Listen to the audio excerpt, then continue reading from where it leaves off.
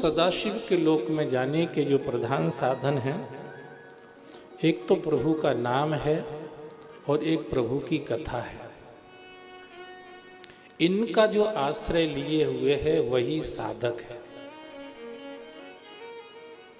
क्योंकि अब डायरेक्ट भगवत प्राप्ति की बात चल रही, बड़े ध्यान से।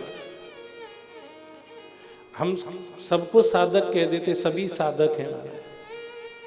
सभी साधक नहीं होते।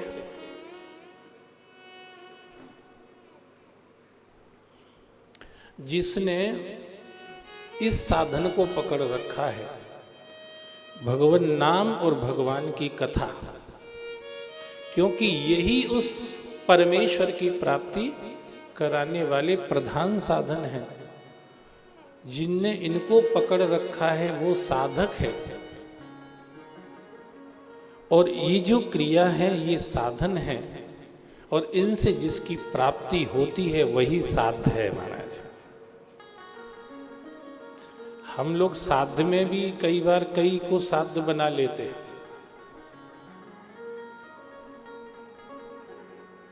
सबके अलग अलग साध्य होते हैं, पर साध्य कौन होना चाहिए, ये बड़ी बड़ी ध्यान की बात। सत्यम परम धीमहि जन्माधस्य यथो अन्वया इतरतश्चर्थे सविज्ञ स्वराट तेने ब्रह्महृदय आदि कवये मुह्यन्ति यत सूर्याः तेजो वारी मृदाम यथा। त्रिसर्गो सत्यम परम धीमहि। अमरशा सत्यम परम धीमहि। जो परम सत्य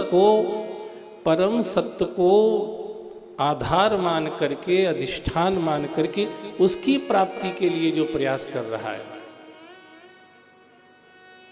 चरथे सविज्ञ स्वराट तेने ब्रह्महृदय आदि कवये मुह्यन्ति यत सूर्याः तेजो वारी मृदाम यथा विन्मयो अत्र त्रिसर्गो मृषा धामना स्वेन सदा निरस्त कुह्यकम सत्यम परम धीमहि।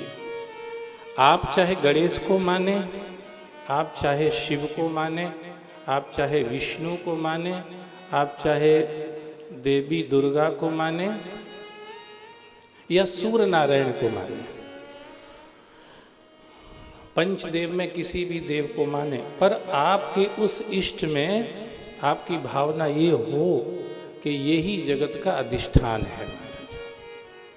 सत्यम परम धीमहि, वो परम सत्य ये है।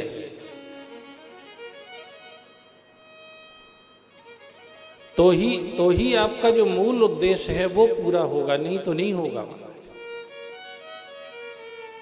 इसीलिए भागवत में सत्यम परम धीमहि कहा। रामम परम धीमहि, कृष्णम परम धीमहि, विष्णुम परम धीमहि, या कोई और का नाम नहीं लिया, वहां पर नाम नहीं लिया। सत्यम परम धीमहि, सत्य जो परम सत्य है उसकी प्राप्ति हो, वो हमें मिले, वही हमारा प्राप्तव्य है, वही हमारा साध्य है।